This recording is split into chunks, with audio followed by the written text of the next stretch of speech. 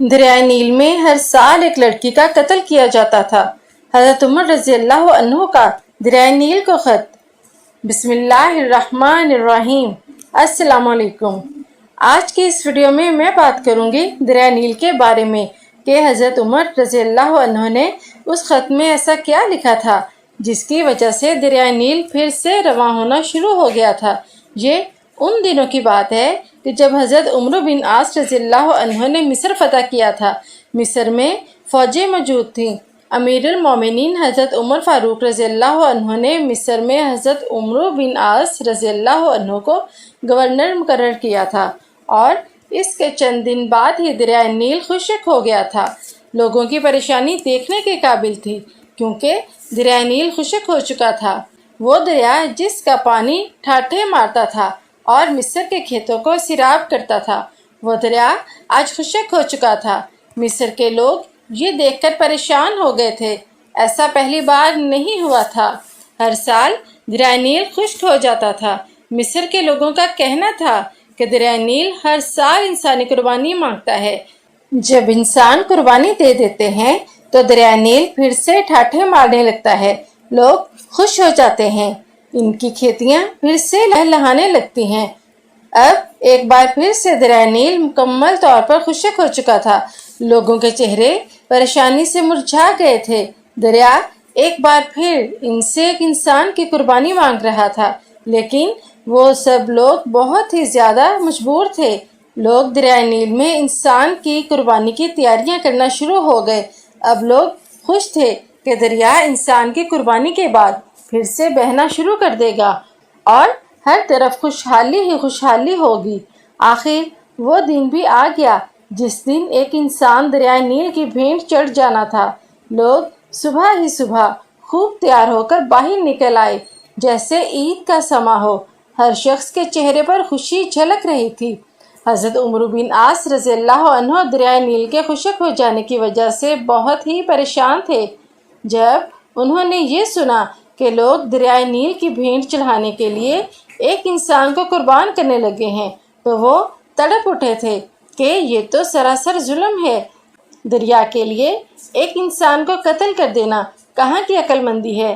حضرت عمرو بن عاص رضی اللہ عنہ اپنے چند آدمیوں کے ساتھ دریائے نیل کی طرف چل پڑے اور اس قربانی کو ہر حال میں رکوانا چاہتے تھے۔ جب وہ دریائے نیل کے پاس پہنچے تو انہوں نے عجیب سما دیکھا۔ لوگ زرق برق کپڑے پہنے وہاں موجود تھے۔ ہر شخص کے چہرے پر خوشی عیاں تھی۔ جب لوگوں نے نئے گورنر کو دیکھا تو حیران رہ گئے اور سوچنے لگے کہ گورنر بھی اس قربانی کو دیکھنے کے لیے آئے ہیں۔ حضرت عمرو بن عاص نے دیکھا کہ لوگ ایک 15 سالہ لڑکی کو لے کر وہاں آئے ہوئے ہیں۔ اس لڑکی نے زرق برق لباس پہنا ہوا تھا، وہ زیورات سے لدی ہوئی تھی۔ لڑکی خوف سے کانپ رہی تھی، اس کا چہرہ ہلدی کی طرح زرد ہو رہا تھا۔ لڑکی لڑکھڑاتے قدموں سے آگے بڑھ رہی تھی۔ وہ لرزتی کانپتی ہوئی لوگوں کے ہمراہ دریائے نیل کے کنارے پر پہنچ کر رک گئی۔ اس نے مڑ کر اپنے بوڑھے باپ کی طرف دیکھا۔ باپ کی آنکھوں میں آنسو تھے، وہ مجبور تھا۔ لوگ اس کی بیٹی کو موت کے منہ کی طرف دھکیل رہے تھے، وہ کچھ نہیں کر سکتا تھا۔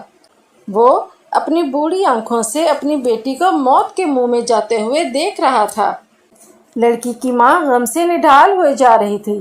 لڑکی ہاتھ چھڑا کے اپنے باپ کی طرف دوڑی۔ لوگ اس کے پیچھے بھاگ کھڑے ہوئے، لڑکی کو پکڑنا شروع کر دیا اور پھر سے دریا کے کنارے لے آئے۔ لڑکی رو کر لوگوں سے التجا کرنے لگی کہ مجھے چھوڑ دو، میں مرنا نہیں چاہتی۔ لوگوں نے اسے مضبوطی سے پکڑ لیا۔ حضرت عمرو بن عاص رضی اللہ عنہ کے صبر کا پیمانہ لبریز ہو چکا تھا۔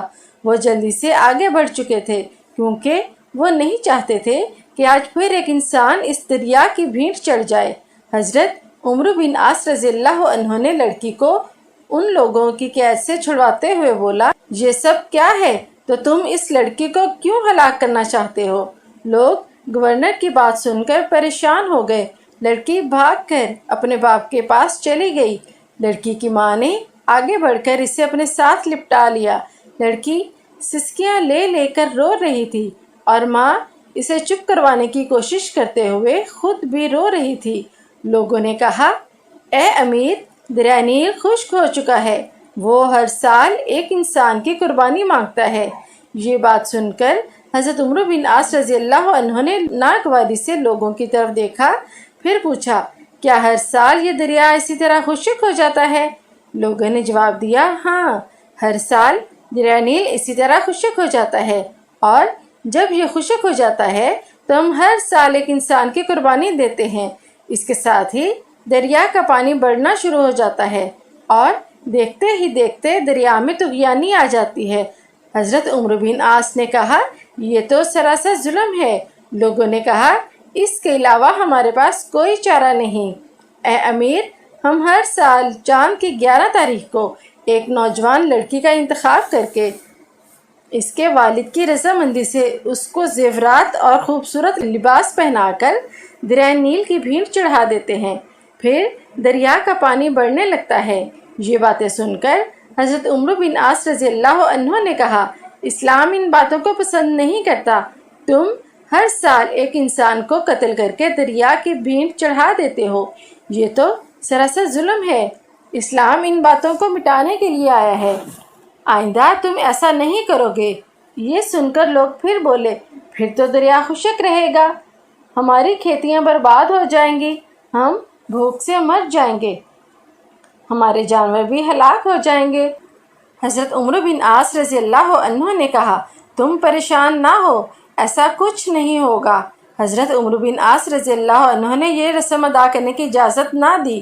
اب لوگ بہت ہی زیادہ پریشان ہوئے کہ اگر ایسا نہ کیا تو ہر جگہ خشک سالی ہو جائے گی اور ہم سب بھوک سے مر جائیں گے۔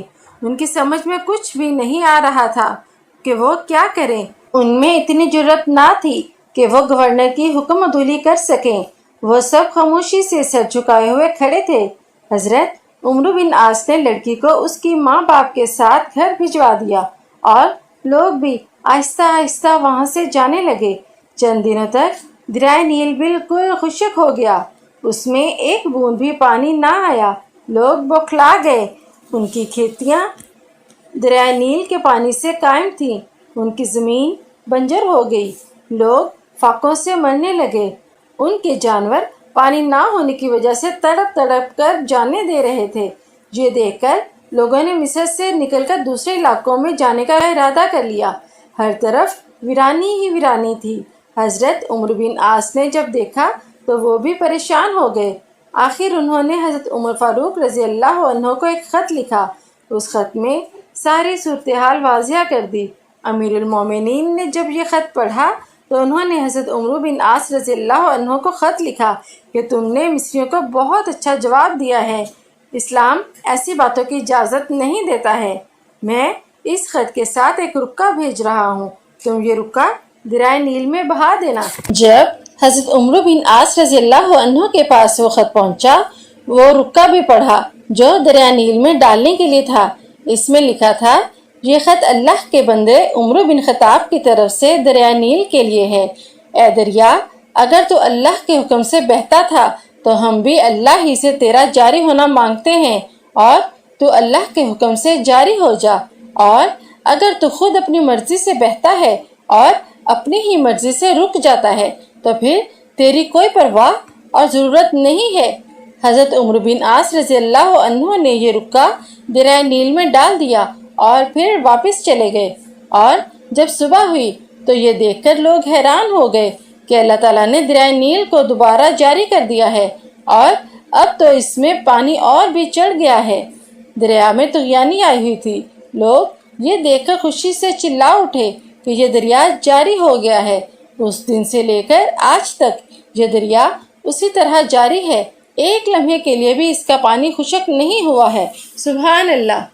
امید کرتے ہیں آپ کو یہ ویڈیو پسند آئی ہوگی۔ اگر آپ کو یہ ویڈیو اچھی لگی ہو تو ہمارا یہ چینل سبسکرائب کریں تاکہ ہماری آنے والی ہر ویڈیو آپ کو بآسانی ملتی رہے۔